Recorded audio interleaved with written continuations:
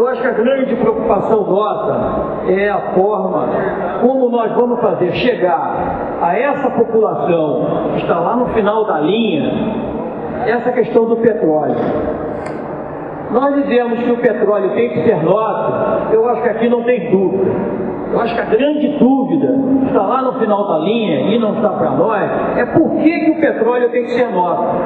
Essa é a pergunta que, às vezes, se eu fizer essa pergunta aqui, por que o petróleo tem que ser nosso, eu tenho certeza que cada um de nós vamos ter uma resposta diferente, todas com o mesmo objetivo, mas respostas diferentes. Meu nome é Adailton, eu venho aqui pela organização não governamental Macunguari, sou de Rondônia, e eu trago preocupações da região norte que muitas das vezes passa despercebido, em questão até das matrizes energéticas. Então a gente precisa tratar das questões do pré-sal com muito cuidado, porque muitas coisas o governo faz sem um plano estratégico de como seja feito rateado os lucros desses investimentos. A gente entende como muito importante. Primeiro, sobre a questão ambiental. Na proposta dos movimentos sociais, nós não especificamos percentuais que iria para cada área. Nós estamos tratando o seguinte: todo o excedente da indústria tem que ser destinado para as questões sociais. Isso é, tirando o que se gasta para produzir e para investir, todo o restante tem que vir para a nossa gente. Com o seguinte argumento: o petróleo do pré-sal levou 130 milhões de anos para a natureza fazer. É uma riqueza importante, mas a atual geração não tem o direito de torrar isso para si. Há que se preservar para as futuras gerações, com essa visão. E na questão ambiental, o companheiro está corretíssimo nessa abordagem que faz com relação ao comportamento que tem tido os militantes dessa área, inclusive tem influenciado algumas outras áreas que muito nos preocupam. Não destinamos nenhum percentual específico para nenhuma área, com exceção dessa questão. Nessa questão a gente coloca que 5% de todo o excedente tem que ir para investimento, para desenvolvimento de outras fontes de energia, de fonte de energia limpa. É verdade que a energia limpa é aquela que a gente economiza, né? Gastou, está poluindo. Mas na medida em que diversifica, certamente a gente tem muito mais chance de ter uma sustentação maior. E para exemplificar como isso não é possível você se ter sob controle da chamada iniciativa privada, nesse momento nós estamos com um exemplo muito importante, com dois exemplos importantes acontecendo. O primeiro deles: o TCU e alguns parlamentares incluíram na peça orçamentária obras importantes da Petrobras, na verdade 4 grandes obras que envolvem mais de 30 mil postos de trabalho, incluiu no anexo 6, para poder tirar a verba e parar os investimentos. A construção do Converge no Rio de Janeiro, a construção da refinaria Abreu e Lima em Pernambuco, que é uma experiência importante de integração da América Latina, na medida que está a Petrobras e a PDVSA junto, mais um terminal no Espírito Santo e uma outra área. Então esse é o comportamento que tem tido esses supostos defensores da história da iniciativa privada. É assim que eles atuam. Depois do que nós estamos vivenciando nesse exato momento em relação ao comportamento dos usineiros no álcool. Já tinha acontecido há cerca de 10 anos atrás isso, e agora se repete. Sobe o preço do açúcar no mercado internacional, eles deixam de fazer o álcool e vão fazer o açúcar, e com isso o álcool saiu de R$1 para R$2 o litro em menos de 3 meses. Então esse é o tipo de comportamento que eles têm. Portanto, o Brasil, assim como os demais países, não pode relegar uma área tão importante a esse tipo de comportamento que a gente tem vivenciado. Os movimentos sociais querem que o Estado brasileiro garanta a soberania nacional, ao investir os recursos do pré-sal em favor do povo. Igor Felipe, assessor de imprensa do MST-RJ. O petróleo, de início, que é uma questão importante, ele é um bem finito. Ele é um bem que, por meio da tecnologia, você encontra, você explora e que em algum momento ele vai se acabar. Então nós temos que ter a perspectiva de usar da melhor forma. Segundo ponto, que o petróleo é um bem estratégico. Um país que não controla a sua energia e não controla as suas jazidas de petróleo não tem soberania, porque a luta pela energia, ela acaba norteando toda a luta política no mundo inteiro. E nós sabemos que o imperialismo tem interesses no petróleo.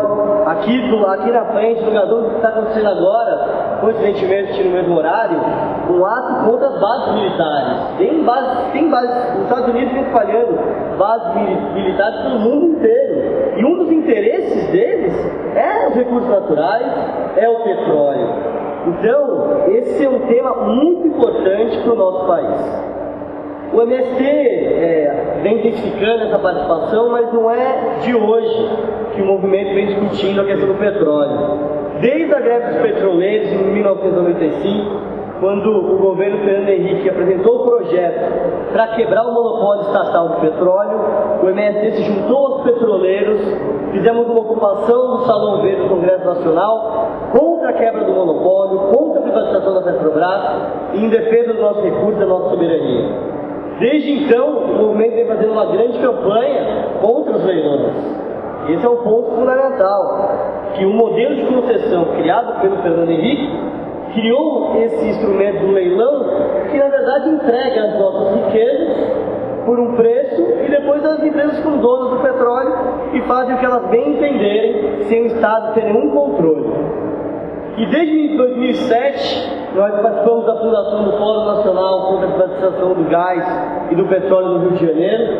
Nós nos orgulhamos de fazer parte até agora. E em 2008, fundamos a campanha O Petróleo Tem que Ser Nosso, que é essa campanha que vem fazendo um esforço muito grande de articular uma série de setores para fazer uma grande campanha articulando os sindicalistas, os movimentos sociais, os movimentos de negros, de mulheres, uma campanha tão importante como essa.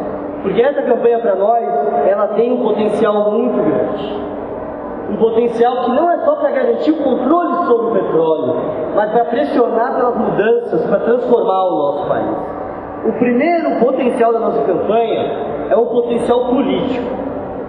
A luta pelo petróleo tem a capacidade de unir diversos setores, de dar uma abrangência que outras campanhas não têm a capacidade.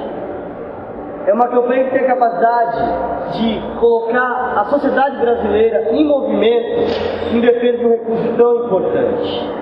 E isso foi muito importante. A descoberta do pré-sal, ela acabou aumentando isso, porque é uma riqueza que pode chegar a 10 trilhões de reais, de um volume tão grande que isso tem o potencial de mobilizar o povo, trazer as massas para essa luta.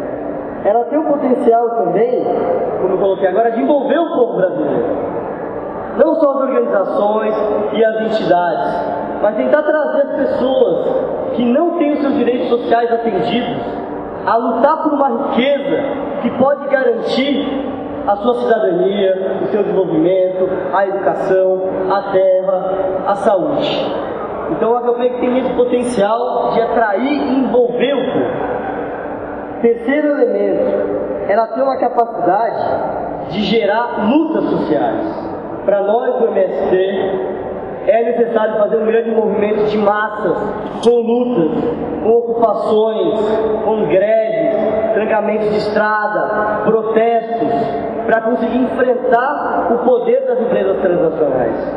Nós vivemos um momento político muito complicado, mesmo com a eleição do presidente Lula. O capitalismo mundial é dominado ainda pelos bancos e pelas grandes empresas. Nós precisamos fazer um grande movimento para enfrentar o poder dos bancos e das grandes empresas e, a partir disso, fazer as mudanças que nós precisamos para o nosso país. E o quarto elemento, que para nós é fundamental, é que a discussão sobre a campanha do petróleo tem a capacidade de abrir uma grande discussão nacional sobre um projeto para o nosso país. O que nós queremos no nosso país daqui 5, 10, 20, 30 anos? Nós não podemos discutir o nosso país de 4 em 4 anos apenas quando acontecem eleições presidenciais. A discussão sobre o nosso país tem que ser uma discussão permanente, em todas as localidades, em todos os sindicatos, em todos os assentamentos, em todas as universidades, para que a gente tenha uma cultura de participação política